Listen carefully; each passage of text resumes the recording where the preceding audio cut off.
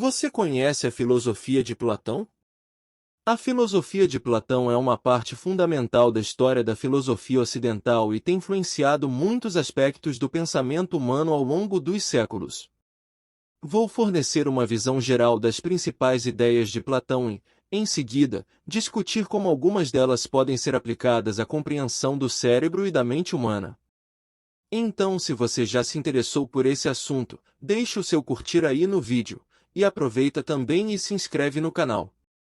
Aqui trazemos semanalmente conteúdo voltado ao funcionamento do cérebro e da mente humana e como os fatores internos e externos podem influenciar em seu funcionamento. Feito. Muito bem, então vamos lá. Vamos iniciar fazendo uma visão geral da filosofia de Platão. Platão foi um filósofo grego antigo, que viveu ali entre 400 e 300 anos antes de Cristo e discípulo de Sócrates. Ele é conhecido por suas obras escritas, sendo os diálogos os textos mais famosos. Aqui estão algumas das ideias mais importantes de Platão. A primeira é a teoria das ideias ou teoria das formas. Uma das concepções mais famosas de Platão é a ideia de que o mundo sensível que percebemos com nossos sentidos não é a realidade última. Em vez disso, ele argumentou que existe um mundo das formas ou ideias eternas e imutáveis, que são perfeitas e servem como modelos para as coisas que vemos no mundo físico. Por exemplo, a cadeira que vemos no mundo sensível é apenas uma manifestação imperfeita da ideia de cadeira. E a segunda é a teoria da alma. Platão também desenvolveu uma teoria da alma que desempenha um papel crucial em suas ideias filosóficas. Ele acreditava que a alma era imortal e existia antes de encarnar em um corpo humano. A busca pelo conhecimento e pela sabedoria era vista como a busca pela verdadeira natureza da alma. E qual a relação que existe entre as ideias de Platão, o cérebro e a mente humana? Embora Platão tenha vivido muito antes do desenvolvimento da neurociência moderna, suas ideias podem ser relacionadas a algumas questões que a ciência cognitiva e a filosofia da mente abordam hoje. E aqui eu cito algumas delas.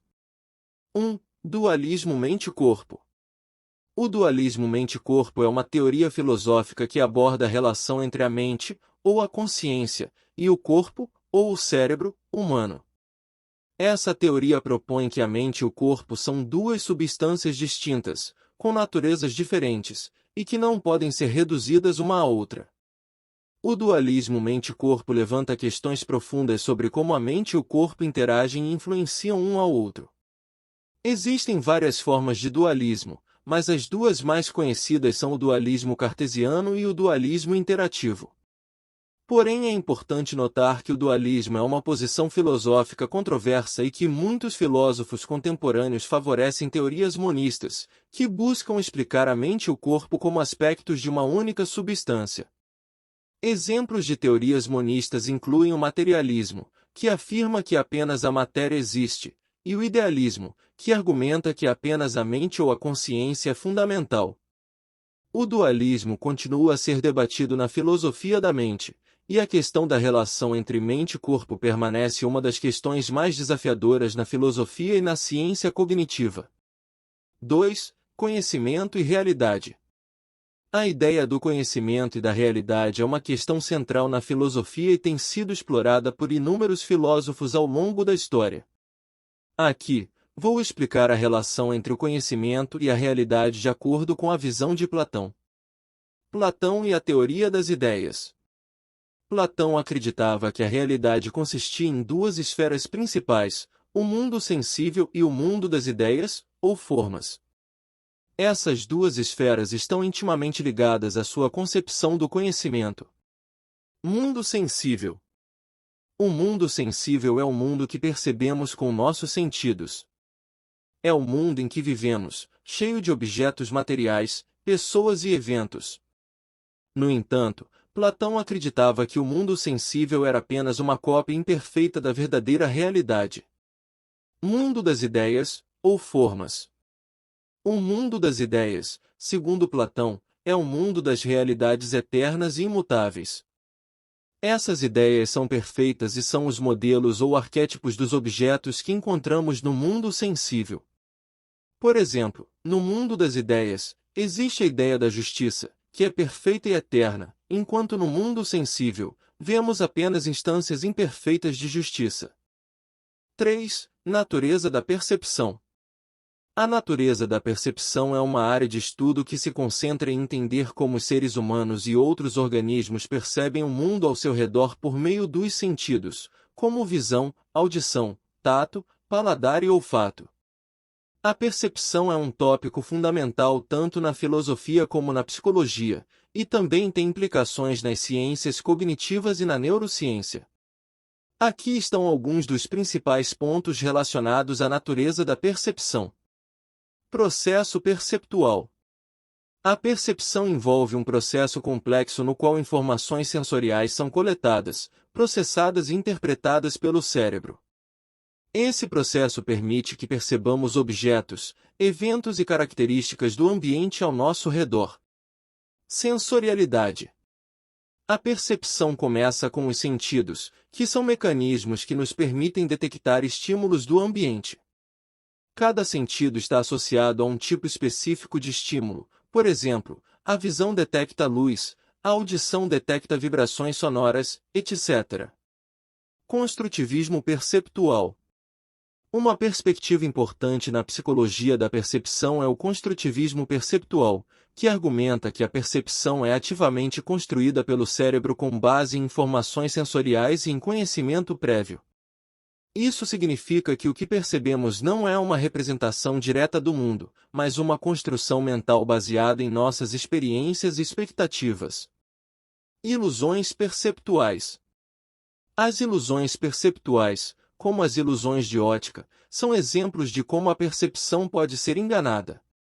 Elas revelam que a percepção não é uma simples reprodução objetiva da realidade, mas uma interpretação subjetiva dos estímulos sensoriais. Percepção multissensorial. A percepção não é limitada a um único sentido isolado.